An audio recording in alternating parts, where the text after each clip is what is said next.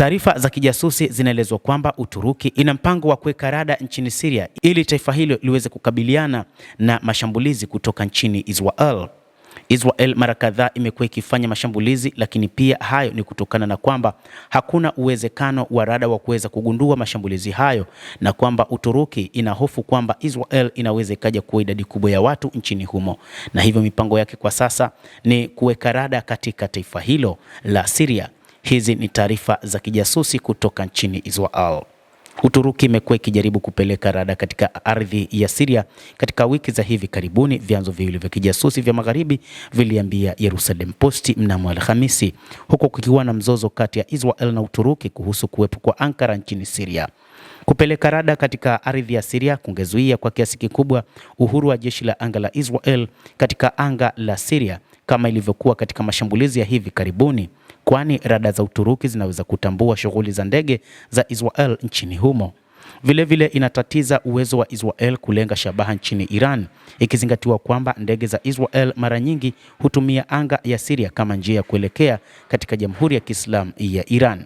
Na hivyo sasa taifa hilo la Uturuki linataka kutengeneza rada za kuweza kudhibiti mashambulizi yatakayofanywa ndani ya Syria, lakini pia kuelekea Jamhuri ya Kiislamu ya Iran, ikizingatiwa kwamba katika siku za hivi karibuni kuna mipango ya Israel kuanzisha vita dhidi ya Iran, huku Waziri Mkuu Benjamin Netanyahu akisubiriwa kuelekea nchini Marekani mnamo Oktoba 29.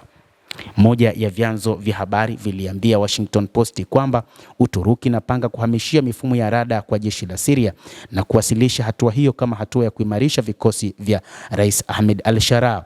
Walakini wafanyakazi wa Uturuki wangebaki na jukumu la kuendesha mifumo na kuipa Ankara ufikiaji na udhibiti wa ujasusi uliokusanywa. Israel inasikitishwa na mpango huo wa Uturuki kutokana na kwamba itakosa namna ya kushambulia jeshi la wanahewa wa Syria. Muda mfupi baada ya kuanguka kwa utawala wa Bashar al-Assad mwaka uliopita, Israel ilifanya mashambulizi ya anga kwenye vituo vya kijeshi nchini Syria, ikiwa ni pamoja na kambi za jeshi la wanahewa la Syria kama vile T-4, huku kukiwa na wasiwasi kwamba Uturuki itaanzisha vituo vya kudumu vya kijeshi na kupeleka ndege zisizokuwa na rubani. Muda mfupi baada ya kuanguka kwa utawala wa Bashar al-Assad mwaka uliopita, Israel ilishambulia kambi za kijeshi nchini humo Syria, ikiwa ni pamoja na kambi za jeshi la wanahewa, lakini kwa wasiwasi kwamba Uturuki itaanzisha vituo vya kudumu huko na vituo vya ndege zisizokuwa na rubani. Hata hivyo, hoja ya Israel kuanzisha mashambulizi hayo ni kwamba ilikuwa inazuia Uturuki kumiliki mifumo ya ulinzi nchini humo Syria, lakini pia kuzuia wapiganaji kuiba silaha na kuanzisha operation katika maeneo ya Waisrael, hasa katika milima ya Golan inayokaliwa na Waisrael ambayo pia ni mali ya Syria. Afisa wa usalama alidai wakati huo kwamba uwezekano wa Uturuki kujenga kituo cha anga nchini Syria unawakilisha tishio linalowezekana. Ikiwa kituo cha anga cha Uturuki kitaanzishwa, itahusisha ukiukwaji wa uhuru wa Israel wa kutenda nchini Syria. Afisa huyo alisema, hili ni tishio linalowezekana ambalo tunapinga. Tulianzisha misingi kutuma ujumbe kwamba hatutaruhusu kuharibika kwa uhuru wetu wa kuchukua hatua angani.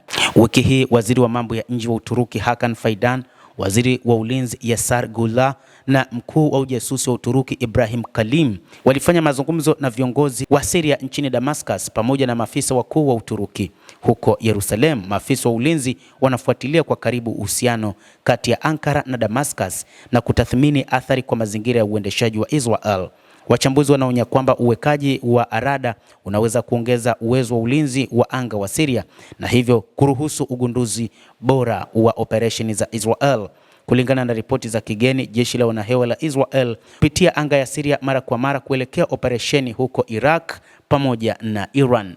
Endelea kutufuatilia mtazamaji, na nikusihi usisahau kulike, usisahau kucomment, kadhalika na kusubscribe channel yetu hii ili upate habari hizi kwa mapana hapa The World News. Jina langu ni Adam Hussein. Endelea kuwa nasi wakati wote, endelea kutufuatilia ufahamu ni nini kinachojiri ulimwenguni kupitia The World News.